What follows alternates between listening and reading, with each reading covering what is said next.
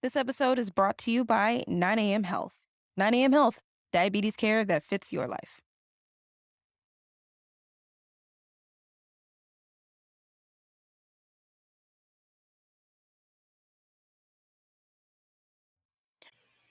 What's up, guys? Welcome back for another episode of Healing in Hindsight. It is the official first guest episode, and I'm really excited. It is with the lovely Britt Olson. And if you've been following for a minute, I actually did my very first guest episode with her on her podcast, Loving Your Own Soul. And it was a great conversation. It was right before I launched season 1. Since then, I've done an Instagram Live with her just to catch up. So I'm really excited to have her now be on the show and just to pick her brain. She is not only a podcast host, but a business owner of her own health and wellness coaching platform, Ambu Wellness. It is a beautiful community, and she also has a self-paced course, which I have personally taken and have gotten so many great nuggets and things. And she loves to combine Eastern medicine philosophy with Western medicine philosophy and just bring you to a place where you have balance in your life and without super heavy restrictions or anything like that, just providing a lot of insight, tools, and things for you to be able to optimize your health in the best way that suits you. So super excited for this conversation with Britt. I feel like it definitely helped me a lot. I hope it helps you. And be sure to check out her services and offerings. She's doing a deal where her prices will be going up in April, I believe the 16th, but you can lock in her current rate now. And if you need some time, like 4 weeks or so before you can actually engage in those sessions with her, you can still keep that price even if you start at a later date. So don't miss out. Here's this conversation with Britt. It's going to be super awesome, super powerful, and I'm really excited to know what you guys think. Let's do it.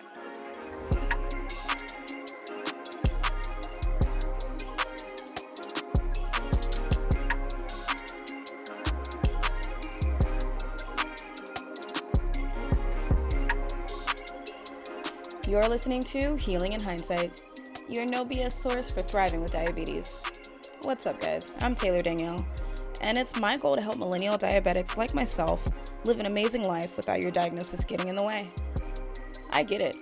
I was diagnosed back in 2015 with type 2 diabetes, and it was really hard to find people around my age to understand how to travel, socialize, or even have meaningful relationships. But I feel like with a focus on mindset, perspective, and nutrition, together we can take back our health and our lives. Consider this the red table talk, but for diabetics. Minus the entanglements, though. So let's do it. Well, hi, Britt.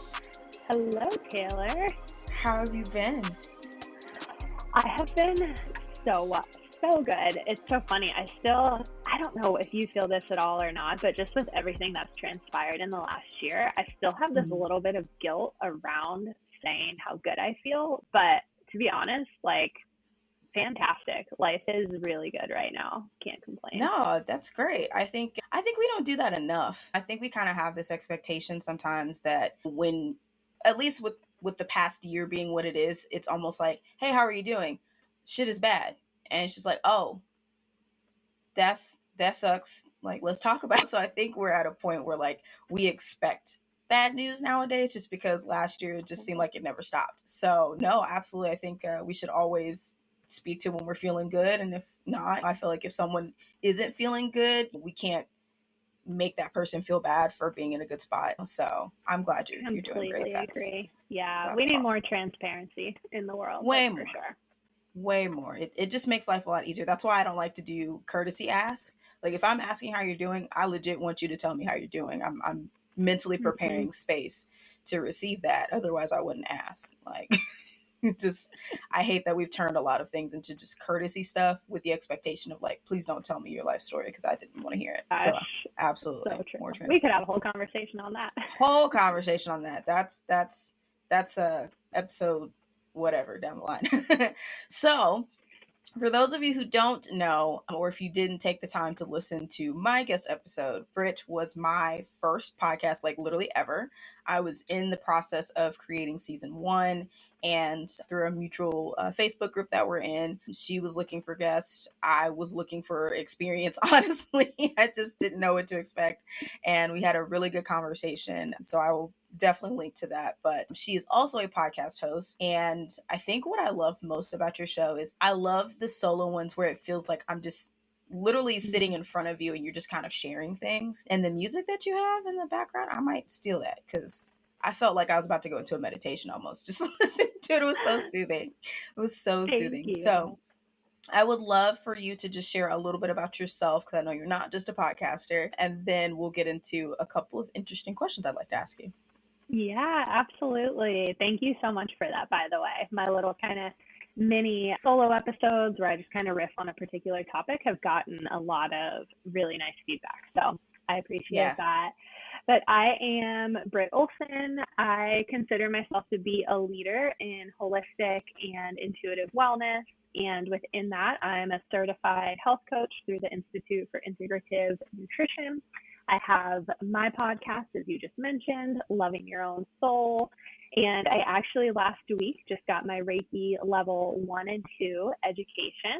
So that's going to be Nice. fun. I've always had this calling to do my own, well, to practice energy healing, but then I feel intuitively that there might be something unique inside of me that'll kind of come out with that. Yeah. And I also just started my online yoga teacher training this week with a group called Soul Work, and it's been something I've wanted to do for a while now. But what I love about this program with Soul Work, which you would love to have the founder on your podcast, Oh, yeah? side note, but they do a Ooh. lot with trauma informed training and Mm. diversity and inclusivity and really bringing yoga away from the way it's kind of stemmed to like the 40-year-old white woman and hot yoga and getting it back to Sure. the roots of the ancientness of yoga and the true practice and within the breath, within the body, and then how to really bring yoga into communities, all communities around the Yeah. world. So, side note, it's an incredible program. You should look into it. I can connect you with the Yeah. founder. I think you'd appreciate her lifestyle a lot. That's awesome. So two things. I've done an energy clearing, but it was only twice. But I've never really deep dived into Reiki, so I might have to hit you offline to play around with that. Use me as a guinea pig. I'm so for it. Okay. And then Well, I love this yoga aspect of it because literally this week I was thinking about I need to get on the mat. I need to get on the mat. I need to get on the mat because I keep trying to make yoga a regular thing for myself in some form, especially because I've been having issues with my shoulder with some crazy inflammation. So it's really stiff a lot of times. And mm, so I'm just like, I think I have moments where I get nervous because I'm doing it at home and I want to make sure I'm doing the form right because I don't want to get in the mhm, habit of doing it incorrectly and then I'm injuring myself, whatever. But I'm also very leery about going to studios still. So I'm just like, totally. I'm just running into a middle, but every time that I have started different sequences and things like that, I do feel really good.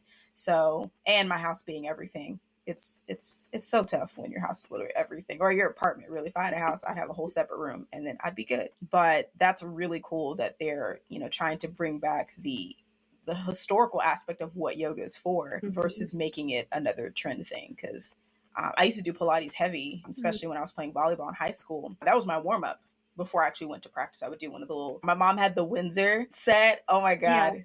She had the Windsor set, and I used to do the 20-minute one every morning before practice. And probably one of the best, I'd say the best shape that I was in of just like being so physically Mhm, healthy because I was really taking that time. So I do still love Pilates, but I just getting back on the mat in general has been a struggle because I'm just like, my dogs won't leave me alone. This whole year has made it so hard on me with them because now they're just used to me being here and I right. cannot go anywhere. I can't do anything. If I leave the house, they started having accidents in the house if I leave for too long, even if I walk them several times a day. I'm like, y'all are really trying to trap me in this house with you. Yep. Like, no, I so feel crazy. for animals of the last year because it's just totally like shifted their reality where they're like, oh, you're Hmm. with me all the time.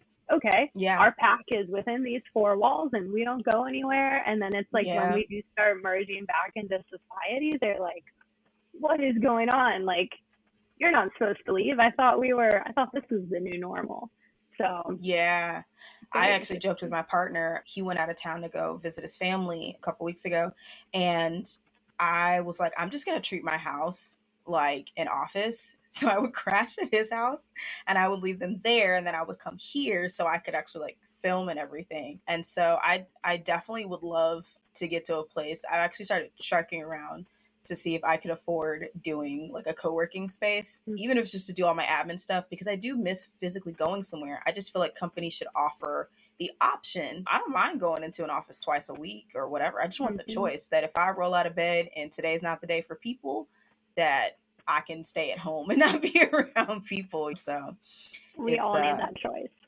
yeah, and I really do hope companies wise up to that very quickly as we try to fit in what's normal again. So speaking of which, I'm very curious. I like to ask everybody one question at the top and at the end. And so you being one of my non-diabetics, I'm curious because you've been navigating the health space for a while. What is one health myth that you just want to like shut down right now? Like myth, this is Mm, totally false. Please stop following this or do your research on this. What's one thing that just when someone asks, you're just like, no, that's not it at yeah. all. Oh my gosh. So there are a couple things that come to mind. First one I will say that I think I'll kind of stick with is the myth about how much protein our bodies need and how we've been conditioned to understand that we only get protein from animal meat and protein is the way to go. And if you're not getting enough protein, your body can't function and this and that and everything else.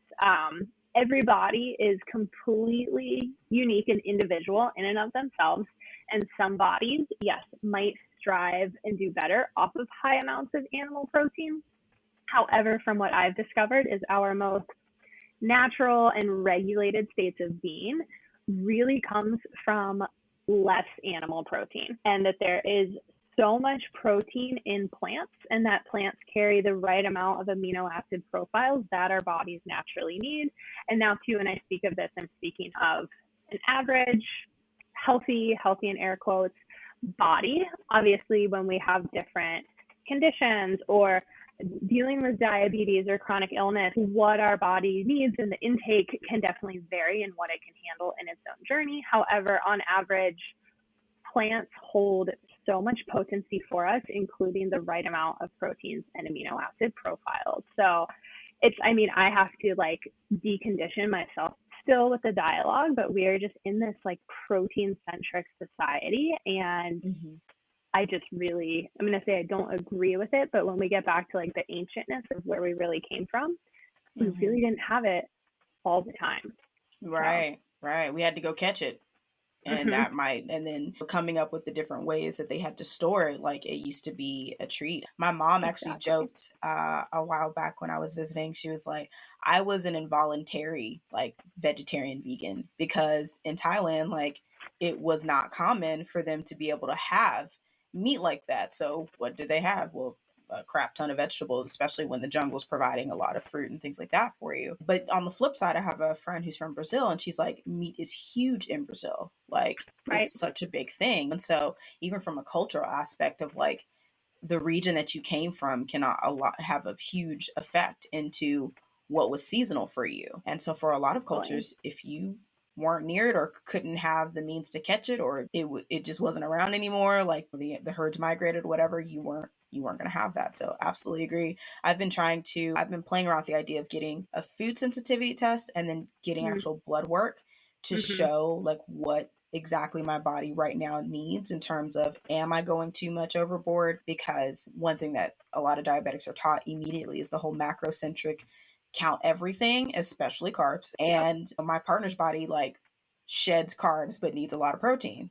Mm-hmm. But I'm kind of the opposite. I really don't need a lot of protein. I can tolerate moderate level of carbs, but I have to watch that threshold, but I need a lot of greens. So it's really Yeah. interesting how our bodies adjust and kind of the growth of information, because I feel like if this was maybe even 10 years ago, getting blood work to see what kind of foods your body needs like to high society, you had to really be up there to get that, and now it's becoming way more normal, which I think is good. Totally. So I think it's get your so protein from cool. plants.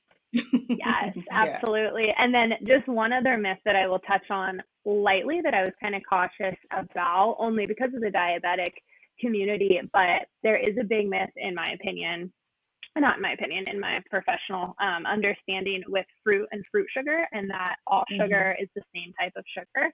And fruit Yeah. sugar is absolutely different than refined and processed and the fake sugar. So Yeah. we are gonna have sweet tooth. Having a sweet tooth is natural because the earth naturally produces fruit, and our bodies actually thrive off of fruit sugars.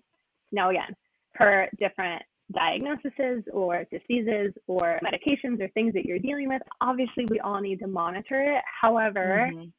the two types of sugar are completely different. So please do not be scared of fruit, and eat fruit. Your body most will thrive off of it, and it's so good for us. So Yeah, yeah, it's definitely a huge thing where we're good for berries. And every right. diabetic community in space, like they're like, yeah, berries are a go. And I'm like, great, because I love blackberries and strawberries are probably next to that. And then of course raspberries are cool. I just hate that you just never know when they're actually sweet or not. I Um, know. Oh my gosh, wait, yeah, it's so raspberries crazy. are such a crapshoot of like you don't know what you're gonna get. Right. You just gotta hope and pray and there's definitely some like I've never tried gooseberries.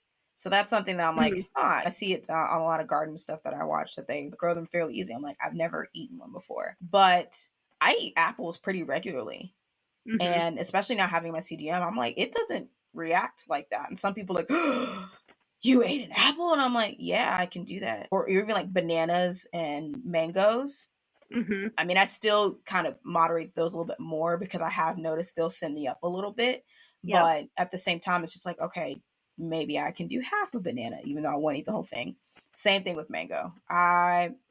I will eat the whole thing. So I just have to slice it and freeze some or something like that because I I love love mango. them. Love it. Mangoes are so good. Our neighbor actually has a huge mango tree, so I'm super privileged come around eating Dude. them. It's amazing. And I just want to say one thing too. If you have, with eating fruit and sugar and all those things, yeah, if you're eating an apple and pineapple, and then you have a bag of Reese's, and then you have a bagel and cream cheese, which actually bagel and cream cheese has a ton of sugar in it, and then you have a soda, yeah, that is a shit ton of sugar. Like, Yeah.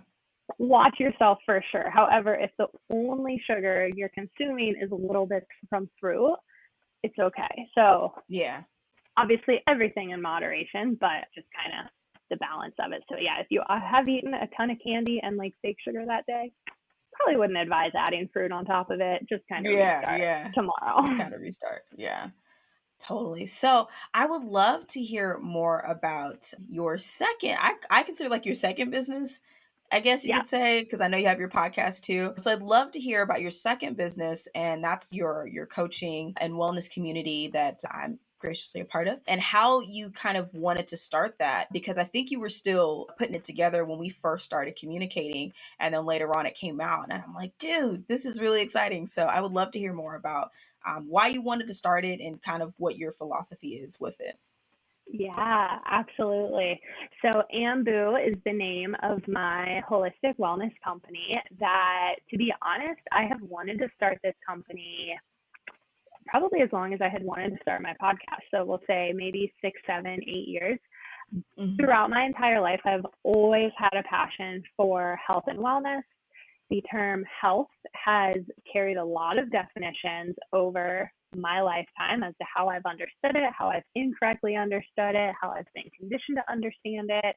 So I've definitely had my own kind of wounded healer journey in that aspect of really not treating myself with respect and allowing external factors to really influence me, my day to day, what I was doing, what I was putting in my body, my environment, all the things. And I've seen myself swing to the other side of the pendulum of being completely out of balance, fully disconnected, just completely not myself. Now back to the other side of the pendulum of really being that vibrant, soulful, true to my truest nature. So Mm. with my wellness company, food is huge. I truly believe in the power of food and nutrients, and also giving people the tools to understand the why behind like fruits and vegetables and whole grains, and that it's so much more than just, oh, eat your vegetables. Because like I was told that my whole life, and I was like, okay, there's no substance to this. Like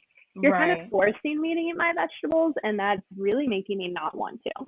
Until I Right. started learning what they do for our bodies, and then it was like this information just downloaded into me, and it was like this remembrance of how crucial these foods from the earth are for us and what they can actually do to us, and how to really kind of like work in flow with them. That really started shifting things for me. And then on top of also just career and mindset and movement and joy and balancing stress, and all those are other huge key factors.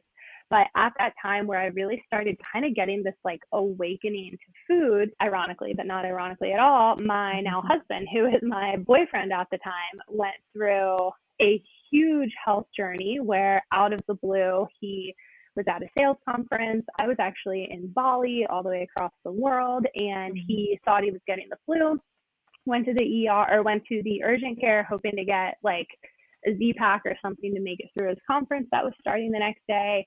The urgent care doctor happened to be an old ER doctor, which to me, I believe is kind of like an earth angel, and looked at him and Right. his levels and was like, I'm either putting you on an ambulance, or I'm really not supposed to tell you this, but you need to drive yourself to the Dr. Phillips Hospital in Orlando immediately. He was like, what are Yeah. you talking about? Like, what? No. And then, long story short, went to the hospital. He was in such critical care. They then transported him in an ambulance to the more specialty hospital in downtown, ended up in neuro ICU. Me, with our 13-hour time difference, got the communication, booked a flight back home. And it was interesting because whenever I was in Bali, I couldn't get settled, which is very unlikely for me. So when I got that Mm, call, I was like, oh, makes sense. I was never meant to stay yeah. here.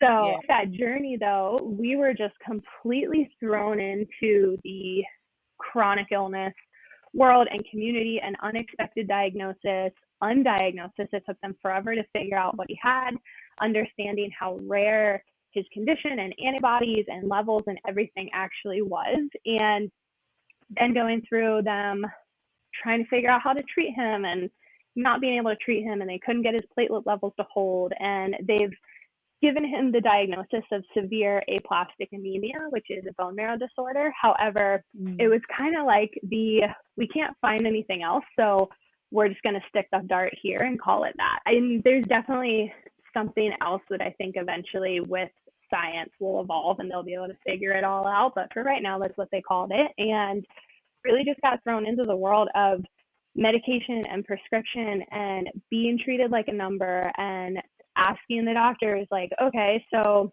what else can we do? And they're like, there's nothing else you can do. Like, this is the answer.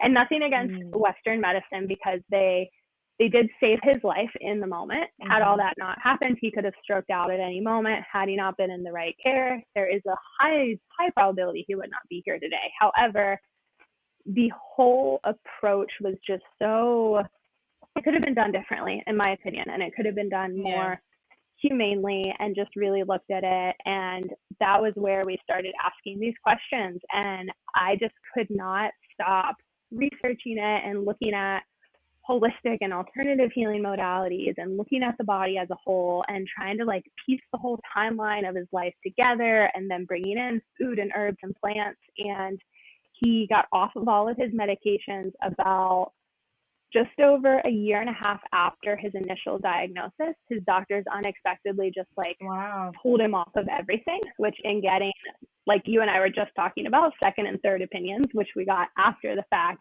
both other teams were like, yeah, we would have never pulled you Yeah. off of those, because now that you're off of them, you can't go back on them, and your chance of, what is it, not remission, relapse or happening again is like so much higher now. Right. However, Right. we were gifted this opportunity in that he got pulled off of everything. So there was no longer this, oh, well, this medication, we've never tested it with these different herbs or CBD or these, or there was no more risk.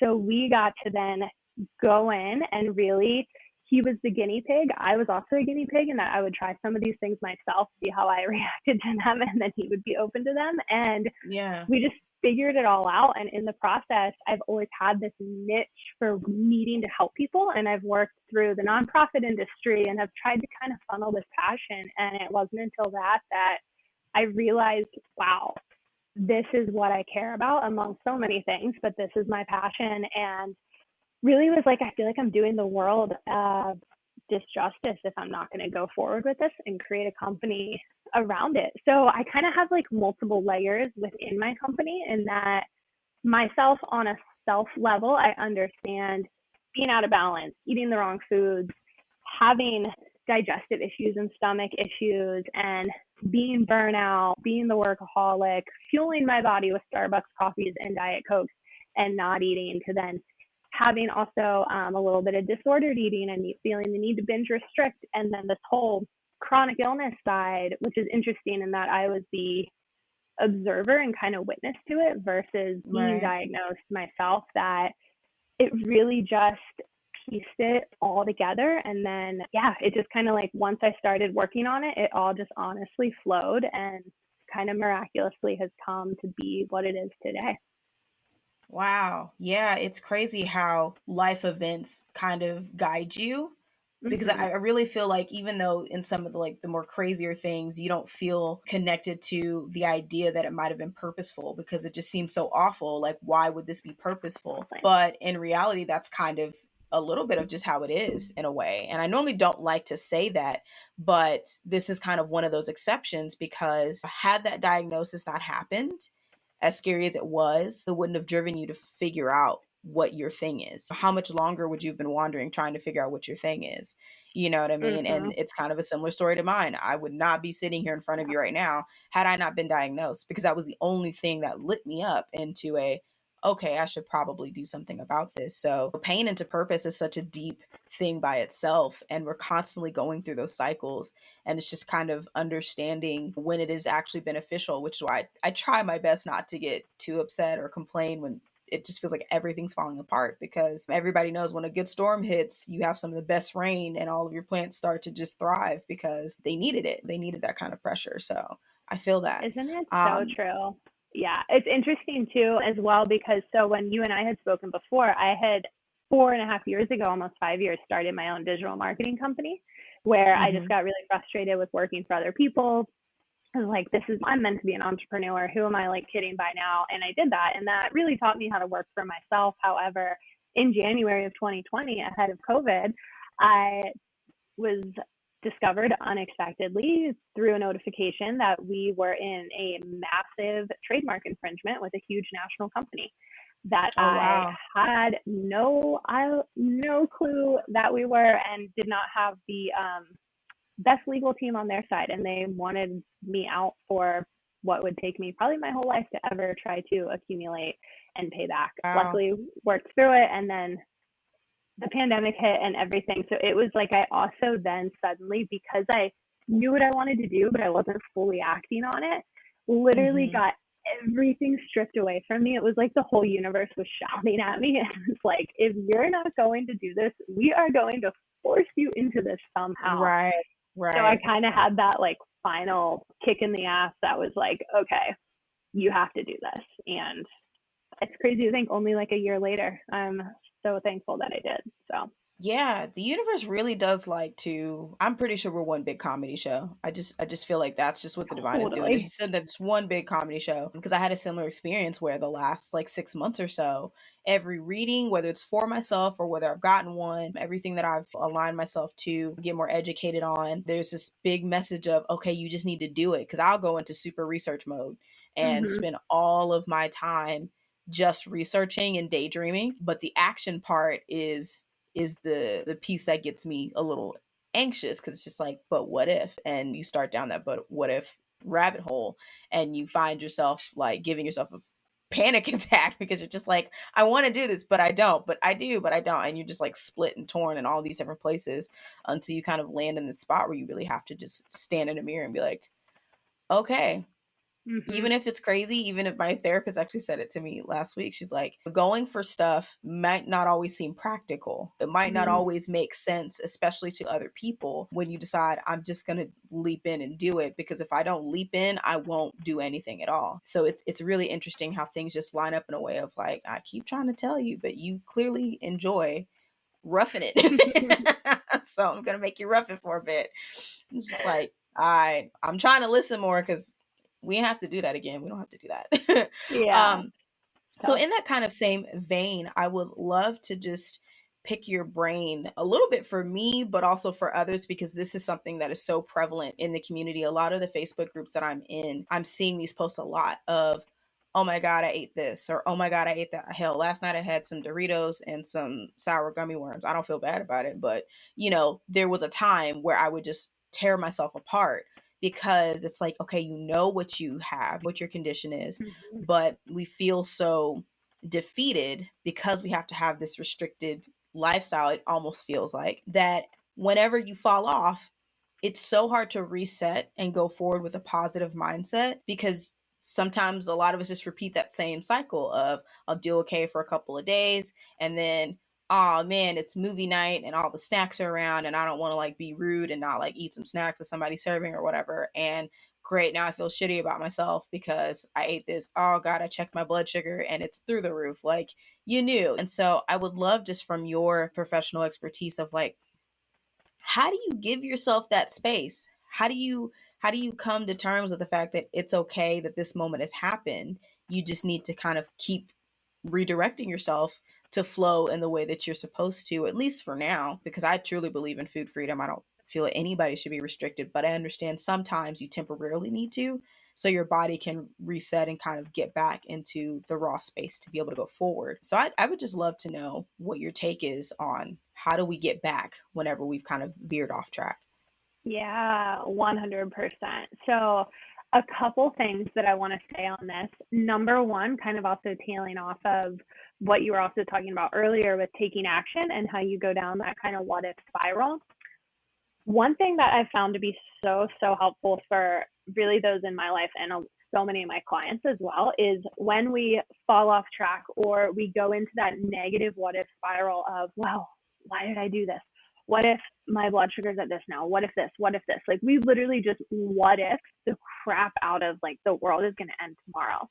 And Mm-hmm. instead, there's duality to everything. There's always a negative, there's always a positive. So in that what if game, but what if my body really needed this right now? What if mentally I needed a night to hang out with my friends and sit on the couch? And what if I'm still going to wake up tomorrow? What if this isn't going to completely set me back? What if this is actually for me? What if this was a form of self care that I needed? Or what if I did take action? What if this did manifest for me? What if the next best thing is waiting for me tomorrow? And really reframing that negative self talk into the positive. And Mm-hmm. it's a lot easier said than done. However, what I've found is just trying to flip the what if, it suddenly like you can feel your whole energy change immediately. And it's like, oh, okay, I'm only human. And we don't know because we're just making up stuff in our heads. We make up that this is going to be the end, but could we make up that this is only the beginning or Right. that there's something great for us happening on the other side of that? But as it then pertains to food and falling off track, and just to go a little bit deeper into that, is the number one thing I always say is have compassion for yourself, for your body in the present moment of where you sit right here, right now, because we are all truly only human and nobody has it all figured out. And even the people on Instagram who are maybe a chronic illness survivor and are posting how healthy they eat and all these things they do, I guarantee you that behind the scenes, they still have a night where they sit on the couch and they eat the pizza and they eat the candy because we are all human. And if anyone out there is totally perfect, please reach out to me. I would love to know how you got to that enlightened level. However, the reality is we're all human. The difference is really catching yourself and not having that all or nothing mentality. If it's something where, say, for breakfast you went off the cuff and you decided to eat a whole box of cookies for breakfast or something like that, you don't have to let the whole day go to waste then. you can Yeah. stop right then and there and say, okay, I did that. It's okay. That's an experience. That's behind me now. I still have this whole day ahead to treat my body with respect and kind of balancing it out. And yeah, that Domino's pizza last night was great. But when I get home, because I wanted to spend time with my friends, and that's a huge piece of being human, I'm going to go drink my hot lemon water because that's going to cleanse my body and help my body adjust to that food overnight while I'm sleeping. And when I wake up, I'm going to be really easy on myself. So really trying to get out of that all or nothing and just taking life so seriously.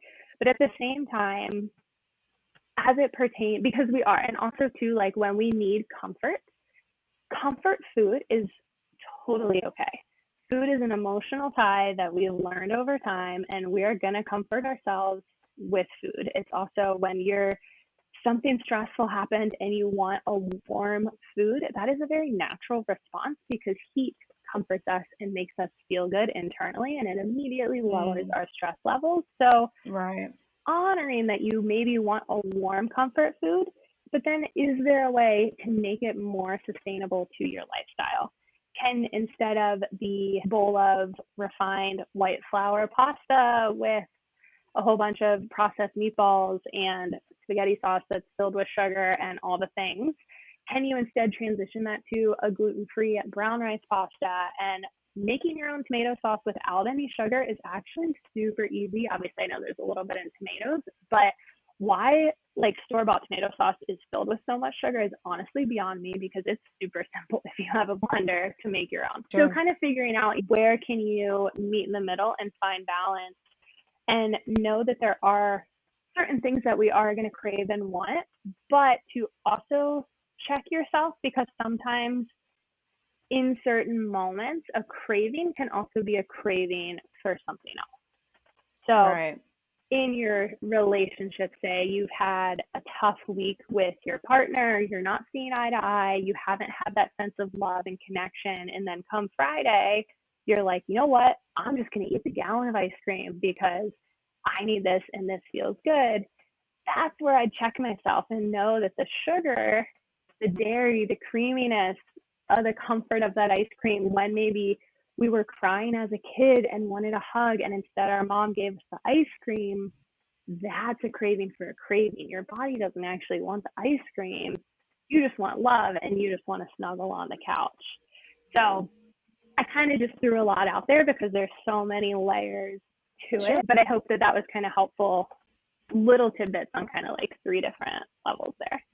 Yeah, no, I think that's really true because especially what you say about like craving a physical edible thing when it's Mm-hmm. actually a different physical thing that you're looking for. Hell, I'll use myself. The other day, I bought some snacks because I'm like I've had a really long week and my numbers have actually been really good. Like I would just like to have some chips, and I love sour candy. Thank you. Right. And so I love chips. I love sour candy. I don't do them often because I do recognize what they do for me. And a lot of it is just I go over the serving piece. That's usually Mm-hmm. where I find myself struggling is a lot of times those like trolley sour gum worm packs is like a serving is like 5, which we know that ain't nearly enough. So they need to figure that out so I can have like 10 to 20 because that's usually what you're going to do. You're Or damn near the going to whole finish the bag. bag. Yeah, you're Oh, going to, I that's, 100%.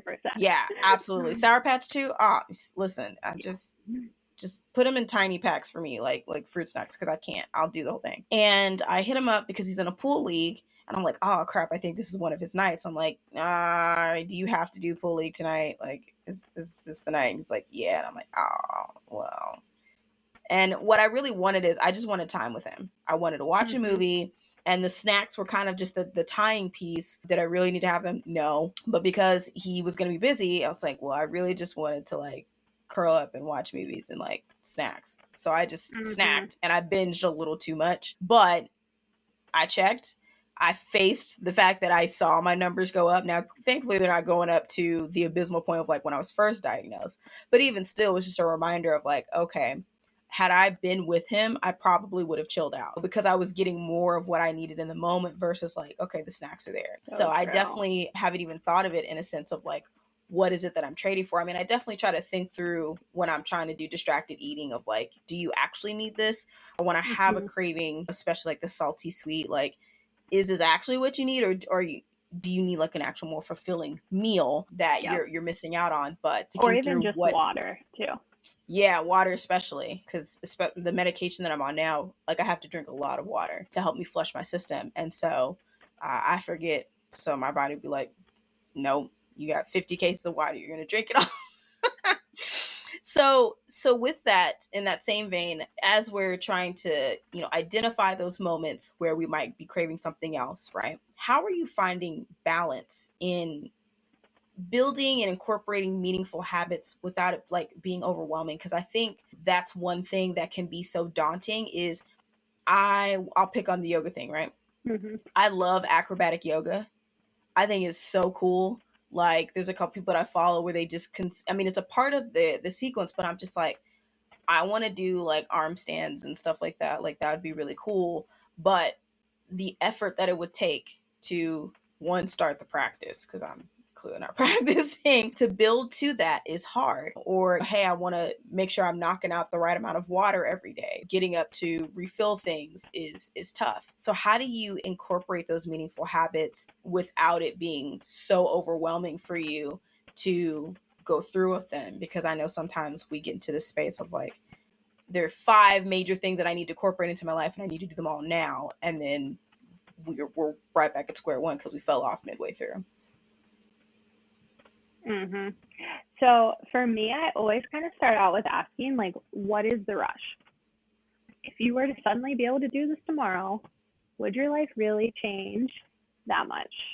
Usually, no. Sure, it'd be super fun. I mean, I would love to be able to snap my fingers and do all the acrobatic yoga and everything starting tomorrow. Mm-hmm. But that's also not super realistic either. So, really and kind of just using our history as an example of like, when I did something before and I gave 200% at the beginning, was that sustainable? Probably not. And Mm-hmm. really giving that grace of like, oh, this is fun and I feel really excited about this and I want this to last. And what can I handle? So being really honest with yourself of like, what can I handle right now? I haven't been doing yoga in 6 months. Obviously, trying to go for like 5 days a week, probably not going to happen. And your body is Mm-hmm. going to be like, yo, lady, what are you trying to do to me? We haven't been doing this. And now you think we're just going to like go right into this? I don't think so. Mm-hmm. So Mm-hmm. giving yourself that of, ooh, I want this. So let's do once a week and see how that feels. And if that feels really good and you're craving more of it, where you're like, I need more yoga, then go to 2 days a week, go to 3 days a week, and kind of build a little bit of like a structure around it, but then also leave space for that flow. Because I feel like we Mm-hmm. kind of get into this feeling of, okay, I'm going to do this and I'm going to do it 5 days a week and this and that. And then I wake up on day 5 and all I want to do is go for a walk in nature. But I'm like, no, I told myself I was going to do yoga. And like, Mm-hmm. that's not fair to yourself. What is this whole structure thing really doing for your life? Like, if you listen to the internal cue and you go for a walk in nature versus forcing yourself to do yoga, you're probably going to have way more fun doing the first than the later. And then, Mm-hmm. same, if you force yourself into something, what's the point of doing that? Like, that's not fun either. So, taking it slow, honoring yourself in that understanding, like, I want this to work. So therefore, I'm gonna try to not bite off more than I can chew.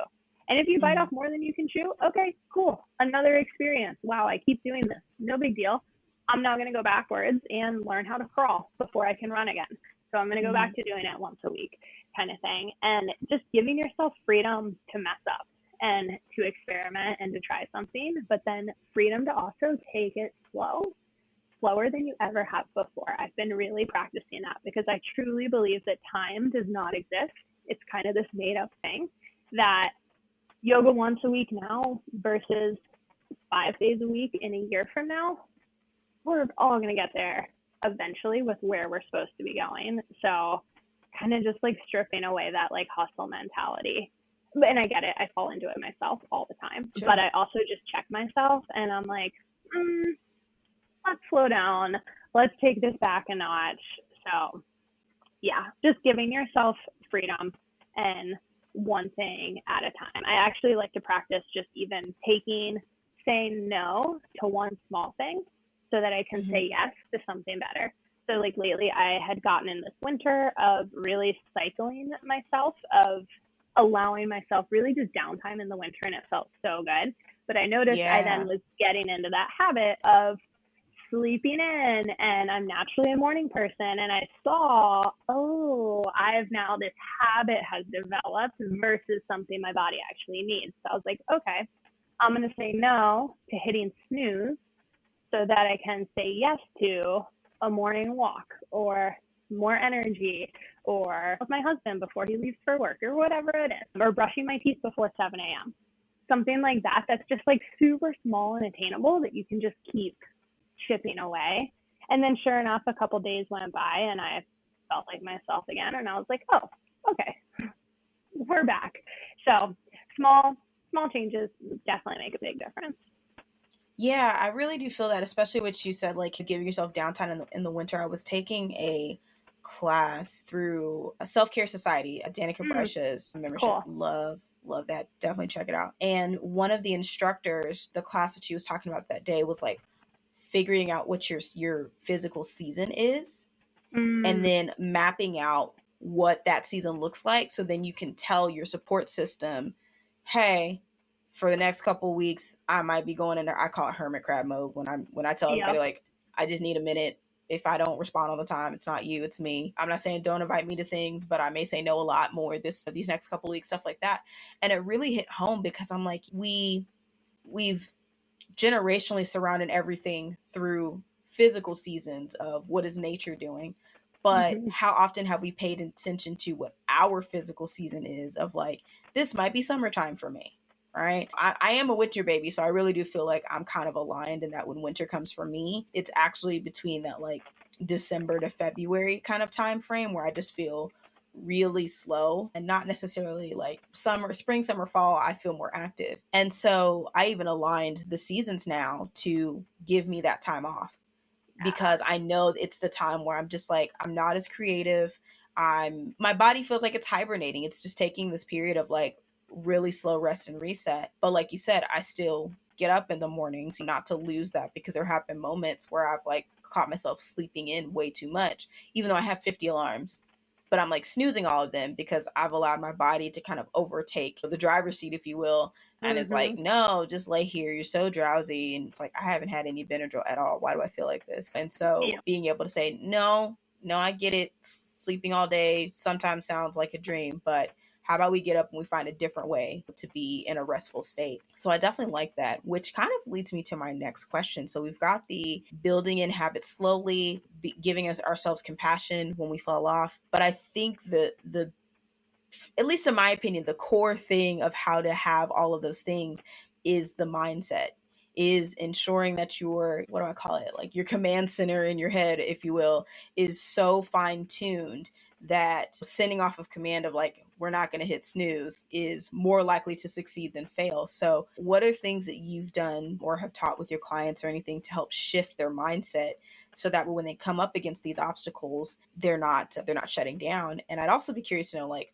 what's one mental block that you had to overcome yourself in order to kind of push forward into doing what you're doing now? Yeah, absolutely. Such a fun question. So it's so funny because it's such a good segue, because I was going to say, with all this, awareness is really key here. And it's Mm-hmm. really hard to take action until we have awareness.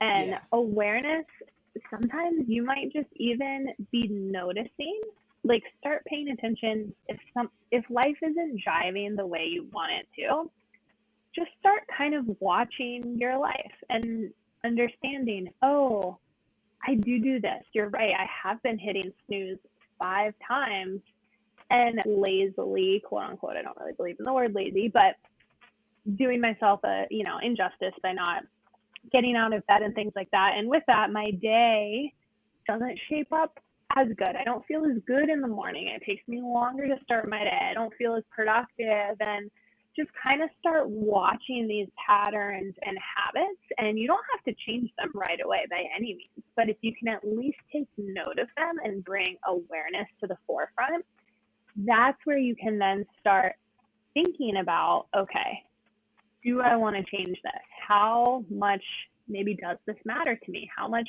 do I care about this? How much do I want to change this? And then also we were talking about that, like, what would happen if I did change this? Could my life improve if I did change this? And is this something that in my true nature, do I really want to be this way? Maybe not. Maybe time and place for everything, like hibernating in the winter. Fully believe in that.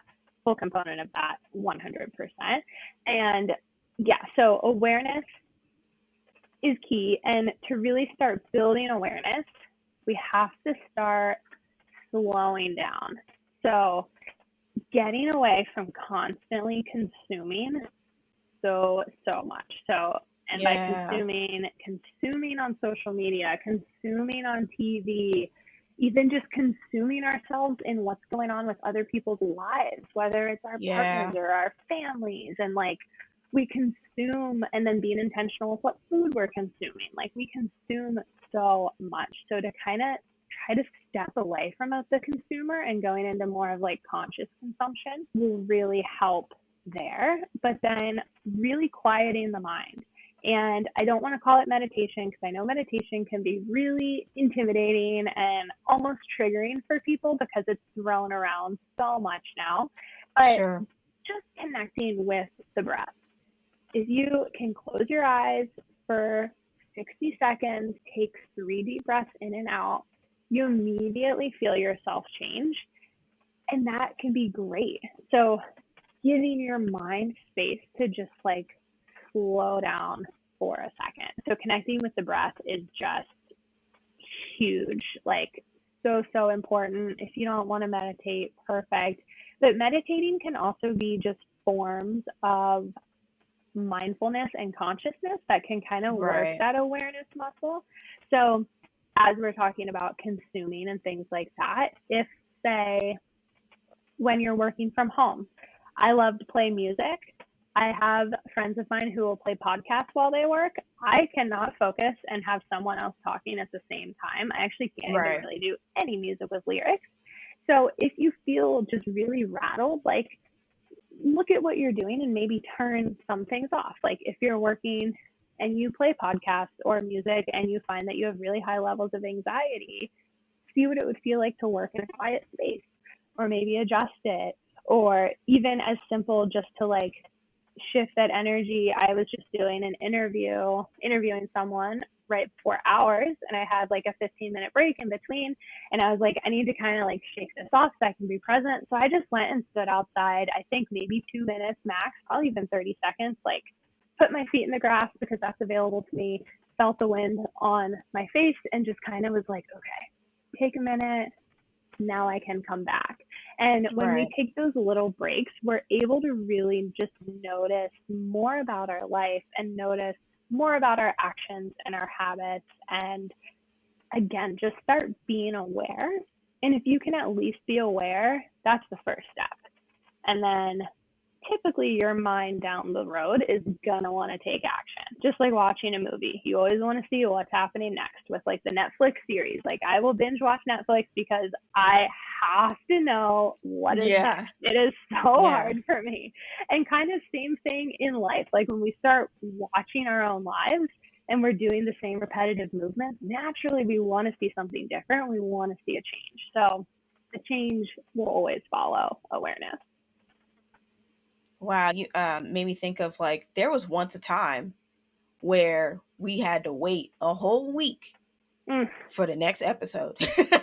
Can you believe we're at it? Like, it's just so crazy. Like, we used to have to actually wait. I mean, I guess we kind of do it now with podcasts in a way, but you know, it seems like that kind of short form is gone now of just like, nah, we want the whole season up front if I have to put my eyeballs on it. And sometimes I try to actually force myself to like do a weekly watch because either the show's really heavy and I can only do so much, or I get really upset when I binge the whole season and I'm like, crap, I gotta wait a whole nother year now instead of pacing it. So I'm glad that some stations and streaming services still do weekly because it makes sense to build that anticipation, if you will. But at the same time, like the access to do that. Sorry, that was just a really funny tangent that I was just like, we used to have to actually wait all the time for the next episode to come out. But I That's feel like crazy. that, though, is so thematic of our life in general, of where we are right now, is we don't want to wait True. for anything. We want the Amazon package to be here tomorrow. We want the whole series so we can binge it that whole night because we don't want to wait a week. So, I mean, to that point, even like test yourself and see what would happen if you pick a new series and you watch one episode a week. Like, create new habits. It can be Yeah. really fun. Bring back the Tuesday night TV show that you have to wait for. Yeah, yeah. I think that's something interesting as well because I used to actually form my habits around that. My Mm-hmm. cleaning schedule is kind of like that. I've been following it very loosely now, but Mondays is like living room, Tuesdays is like bathroom, something like that. And even surrounding habits through that sometimes feels a lot better than just, okay, 5 times a week, I need to make sure that I'm cleaning all the things, right? I know on this day, this is when I do it. And then I'll have to think about it for the rest of the week. So I find myself flowing into that type of style and then flowing out and kind of just, I don't even like to use the word routines anymore, I've noticed. I actually Mm-hmm. like to say systems because systems feels like it's fluid, whereas routines feels like it's set. You can't deviate around it. If you I used to be that person down to like the last 10 minutes, it's all time blocked out. I mean, I love the concept of time blocking, but I use it so much differently now because crap, I missed this, the whole day's thrown off, the world is over kind of thing. Whereas if you just give that flexibility and space of like, okay, I have time to do this here, I'll just move it there kind of thing. So yeah, I feel that Totally. so much. So this leads me to my last, at least subject matter question. So I told you one advice question at the beginning, but now what I would like to ask is what's one piece of advice that you would give to someone who's just starting their health journey? Or maybe they're restarting their health Mm, journey. What would be the one piece that you would tell them as they're about to get back on the saddle or try it for the first time? yeah. Be open to change because it's going to change, it's going to evolve, it's going to ebb and flow. You're going to have good days and bad days. And know that more than likely, you're not going to completely change all of your habits or systematic ways of walking through life or the way you eat and the way you go through things in a day or a week. It's not realistic. But with Mm-hmm. being open to change, enjoy the journey, allow it to be fun.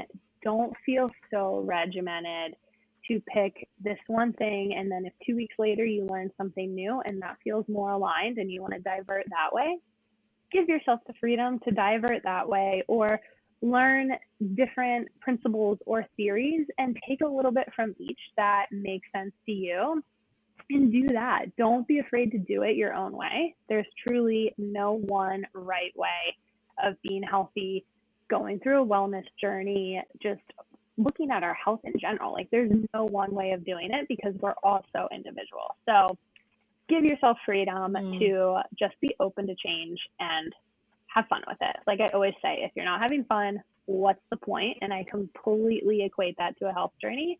It can be fun while challenging, 1000%, but it can also be sure. fun at the same time. Yeah, I think I found it interesting. I did the paleo diet like Mm, 4 or 5 years ago, and I did it for about 9 months straight. And now the first 3 days was brutal because the withdrawals were real, just yep. because I just did not understand how much processed stuff that I had. And so I had to start like moving things out. I was like, oh my God. I'm like giving everything away to my roommates because I'm just like, I consumed so many boxed, refined, processed stuff. But even afterwards, just that clarity of I feel really good right now. Like, I mean, I'm not about to go do CrossFit and like flip tires and shit, but like I feel really good and it made things fun. It made things so enjoyable because I felt like this fog being lifted, which has led to a lot of my habits now. Like, I rarely do dairy like I used to. Just cheese is probably the only Mm-hmm. thing that you'll catch me. And I'm like, it's cheese, y'all. I got to melty smoked Gouda. Yes. Yes. But I mainly do almond milk. I don't my non-perishables are very well selected because there's so many more options now than it was before. But most of my fridge is a lot of perishable foods, which forces me to, like, if you don't cook, you're just going to have a rotting fridge, and you get really frustrated when you're having to throw out food that could have been easily used. And also reminding myself to freeze stuff more, because there's that option too. It just had this ripple effect. And I remember just kind of feeling that, like, I actually like feel good bouncing into work, even though I don't like any of you people. Like, it's just this So energy. yeah, I'm so glad you brought that up because at the beginning, it is so challenging. And I'm not going to tell you that it's not. You have the withdrawal symptoms, you have all these other things taking place mentally. I mean, it's very similar to addiction with substance abuse and things like that. Mm-hmm. Food addiction is a very real thing. However, when that veil starts to lift, I mean, it is better than some drugs. Like to have that clarity and that energy, and once it starts lifting, you start understanding it. But until you feel it lift, I will say it's really, really hard to understand it. So trust, again, feel the burning desire inside of yourself, look at other people's experiences. And yeah, it's like once we remove certain things, it's interesting how much we realize, oh, I don't really need those, or there are better suited alternatives for me. And with kind of limiting processed foods too, I always say, like, do things that your future self will thank you for.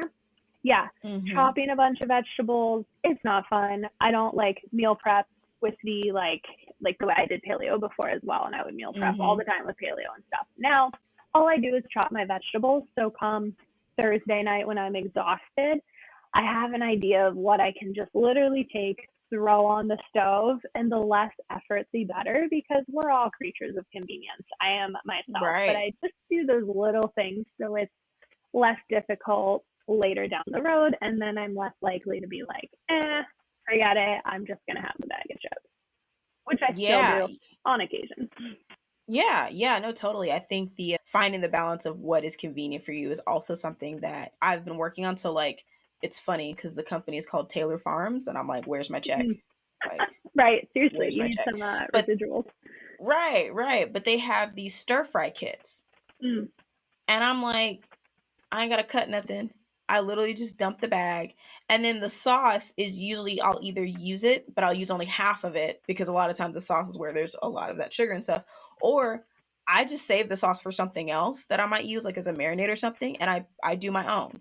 yum. But it's all chopped. I started buying julienne carrots now more, and like different slaws. Like there's a broccoli slaw that I use, and I'll Mm, like throw it in soups and stuff. And all I have to do is like chop up some cabbage and I'm good. Like there's those little hacks that you can do to make it convenient, because I'm definitely guilty of like having these moments where I'm not inspired by cooking as much.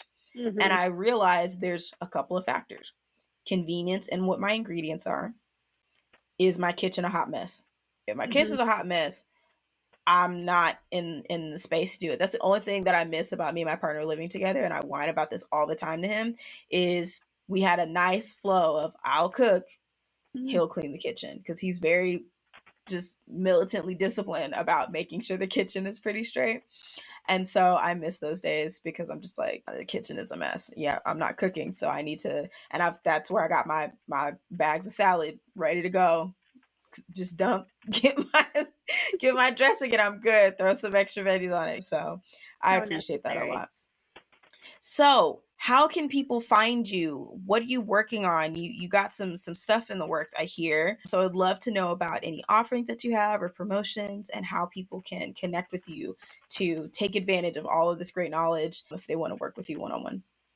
Yeah, absolutely. Thank you. So, if you have not yet listened to our episode together on my podcast, definitely go check that out, which you can also find my podcast on Instagram or the website. They're both just at Loving Your Own Soul for all the podcast knowledge. And then to work with me or just for general wellness tips, mindset tips, all the things, you can find me on Instagram is really where I'm most active. And that is at Ambu Wellness. And that's AMBU Wellness. Or my website is also ambuwellness.com. And I have some 3 and 6 month one-on-one coaching containers. And because we are all so unique, I actually offer with a human design coach who I'm paired up with. We, with my 3 and 6 month programs, actually do a complimentary human design reading within those. because it benefits you, the individual, but then myself as to how I can work with you. I understand you more intricately, truly at that cellular level, which has been so beneficial. But then I also have my 9-week Life in Balance program, which is a self-paced program, really covering all the topics we kind of talked about, all about bringing your life into a state of balance, of course, what you eat, but then so much more goes into it as well. Yeah. And all of my offerings I'll actually be raising my prices on April 16th. So between now and then, you can buy all my offerings for the current prices. However, if you're interested in working with me, you want to grab the current price, perfect. However, you can start the program or coaching container at any point in time. So you don't have to start it right away. I'm very big on just win-win situations, and like life happens, life goes on. So if you're interested and you want to nail in my current pricing, go for it. However, there's no pressure. You can start it whenever that feels good for you. That's nice. It's like reserving your spot, and it's good even though you're not going to be there for like 4 weeks or something. That's awesome. I can speak to your self-paced program because you've graciously allowed me to go through it. I mean, there's a lot of great nuggets. I actually have gone very slowly through it so I can truly ingest it, because I will admit I am a course junkie. But it's just because I love, that's what actually one of my top 5, if we're going the Clifton Gallup's strengths, is learning. And when it's something I'm interested in, I will hoard information, because at any moment I feel like it's going to come up. It's going to be trivia night and I'm going to suddenly know all the things because it's related to health and wellness, and I get the free beer for the night. So I remember the first time I answered a trivia question, and it was about Starbucks. It was what their largest cup size is. And I was like, I know this because I get them all the time. And I felt really accomplished with myself. I was like, I love that. I'm a course junkie. I have to check myself. And I'm like, okay, yeah, you really need to take in more right now. Thank you. Right. Especially those big bundles that come out. I did 2 of them. And I'm still working through a lot of that content because it's just like, there's so much, and some of it doesn't apply right now. Some of it applies later. So they had that wellness one that came out a while ago. I had to graciously say no because I was this close, but I'm just like, I wanted to do it too. It's like, this is not the time to go on a deep soul journey just yet. You just came out of one. Now it's just the daily practice thing, and then we'll have a break where you can do it again, because I don't need to be falling apart in the middle of a podcast because I'm doing so much intense shadow work. I can't function. I can't function.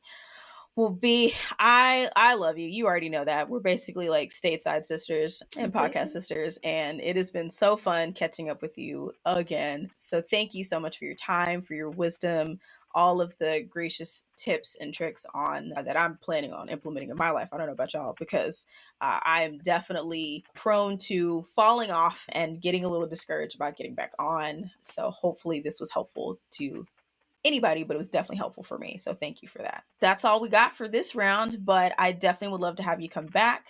Until then, I guess I'll catch you on the Instagram side of things. Yes. Thank you so much, Taylor. This was such a treat. I always love chatting with you.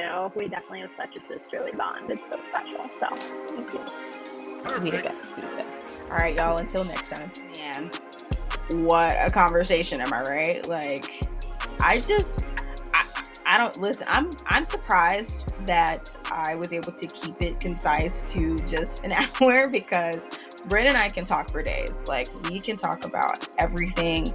When we were hopping off, I just started rambling, and like, I think we said goodbye like 3 times because we could just talk about anything. So I really hope you got some value from that conversation, especially from my episode earlier this week about just how to reset, especially when you get some crazy, I won't say crazy, at least in my case, but like my A1C went up and I kind of had an interesting endocrinologist appointment and kind of feeling a little defeated in a way. And so just feeling encouraged and empowered to jump back in and have some self-compassion, go slow and not pile myself under all of these habits that I want to build, but just doing what feels right and saying no to the right things so I can say yes to the better things. So thank you, Britt, for all of your time and wisdom. I super enjoyed our conversations, and I know it will not be the last one that we ever have. I'm happy to have her back on the show.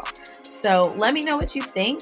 If you really feel connected with this episode, I would love to hear from you. Hop on Apple Podcasts, iTunes, whatever they call it now, and leave me a message. The review section is not just for you to give me a summary of my show. I want feedback. Let me know. Do you want to hear a specific guest or a topic, or do you have a question even?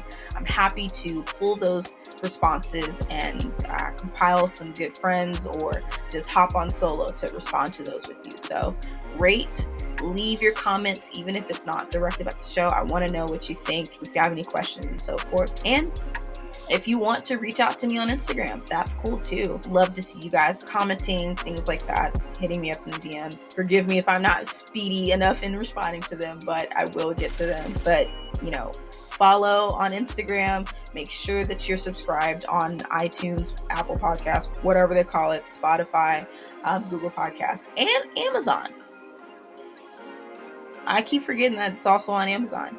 And of course, you can always check me out on YouTube. I know that's like everybody's ending thing of like how many channels are on. So know that I won't do this every time, but just want you to make aware of all the places that you can find me. And of course, healinginhindsight.com is the number one place that you can reach me. So thank you guys for your time and for listening. And I'll catch you next week on Tuesday.